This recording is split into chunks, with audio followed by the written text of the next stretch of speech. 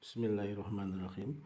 Assalamualaikum warahmatullahi wabarakatuh. Salam jumpa lagi anak-anak. Kita bertemu kembali dalam pelajaran bahasa Indonesia untuk teks prosedur kelas 7 semester 1 pertemuan yang ketiga. Baiklah anak-anak, menyangkut kompetensi dasar kita kali ini, yaitu kompetensi dasar kita adalah 3.6, yaitu menelaah struktur dan aspek kebahasaan teks prosedur tentang cara melakukan dan membuat sesuatu dari berbagai sumber, baik yang dibaca maupun yang didengar. Dan 4.6, yaitu menyajikan data dan rangkaian kegiatan dalam bentuk teks prosedur dengan memperhatikan struktur, unsur kebahasaan, dan isi baik secara lisan maupun secara tulis.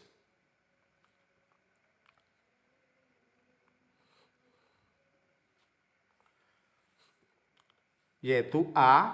Menelaah struktur dan bahasa teks prosedur.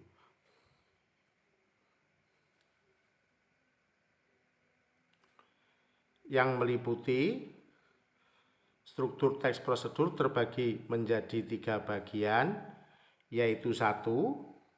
Pernyataan umum, 2. Langkah-langkah, dan yang ketiga adalah penegasan ulang.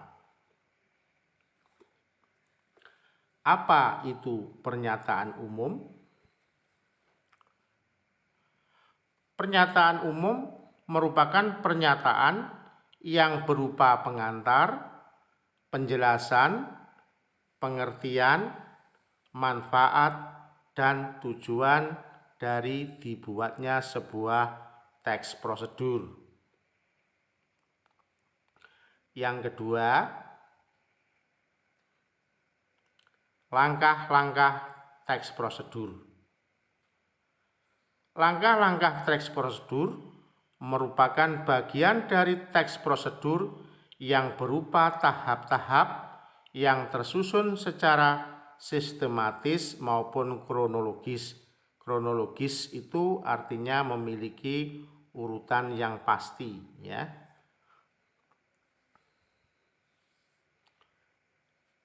Sedangkan yang ketiga, penegasan ulang.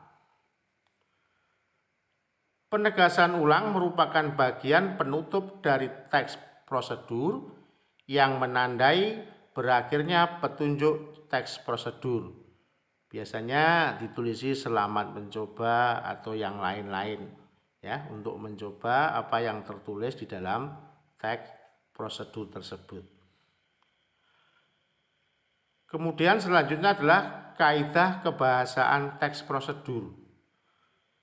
1. Teks prosedur itu banyak menggunakan kata kerja imperatif. Maksudnya kata kerja imperatif adalah kata kerja yang menyatakan perintah, keharusan, atau larangan. Contoh katanya adalah ambillah, potonglah, jangan, dan lain-lain.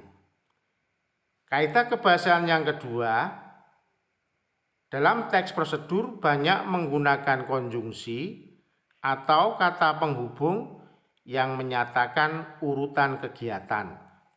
Misalnya seperti, dan, lalu, kemudian, setelah itu, selanjutnya, dan lain-lain. Kata-kata seperti itu hadir sebagai konsekuensi dari langkah-langkah penggunaan sesuatu yang bersifat kronologis. Akibatnya, teks prosedur menuntut kehadiran konjungsi yang bermakna kronologis pula. Adapun kaidah yang ketiga, yaitu banyak menggunakan kata-kata penunjuk waktu seperti beberapa menit, setengah jam. Nah, kata-kata itu digunakan terutama banyak dalam teks prosedur yang berupa resep makanan. Kemudian yang keempat, banyak menggunakan kata-kata teknis yang berkaitan dengan tema yang dibahas. Misalnya petunjuk tentang pertanian, istilah-istilah pertanian seperti pembibitan, stek, regenerasi tanaman, batang, siram, pupuk, dan lain-lain. Sedangkan yang kelima, apabila teks prosedur itu berupa resep dan petunjuk penggunaan alat, akan digunakan gambaran terperinci tentang benda dan alat yang dipakai, termasuk ukuran, jumlah, dan warna.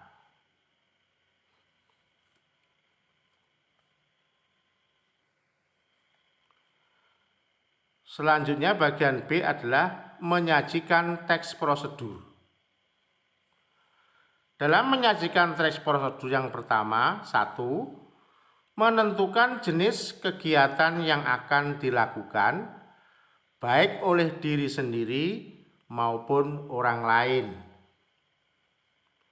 Yang kedua, membuat kerangka dalam bentuk topik-topik kegiatan secara garis besar. Yang ketiga, menyusun kerangka tersebut secara sistematis, benar, dan mudah dipahami pembaca. Yang keempat, mengumpulkan bahan-bahan yang sekiranya ada topik tertentu yang belum dikuasai. Untuk itu, dalam pembuatan teks prosedur, sebaiknya kita harus membaca terlebih dahulu berbagai referensi yang relevan. Selanjutnya, untuk yang kelima, yaitu mengembangkan kerangka menjadi sebuah petunjuk yang jelas dan lengkap. Untuk itu, gunakanlah kalimat efektif, pilihan kata yang tepat, serta ejaan atau tanda baca yang benar. Yang keenam, menyunting atau memperbaiki kebenaran isi, struktur, dan penggunaan ejaan atau tanda baca. Nah, sekian materi hari ini anak-anak. Sampai jumpa pada pertemuan berikutnya. Tetap patuhi protokol kesehatan. Semoga sukses. Amin, amin, amin ya robbal alamin. Akhirul kalam. Wassalamualaikum warahmatullahi wabarakatuh.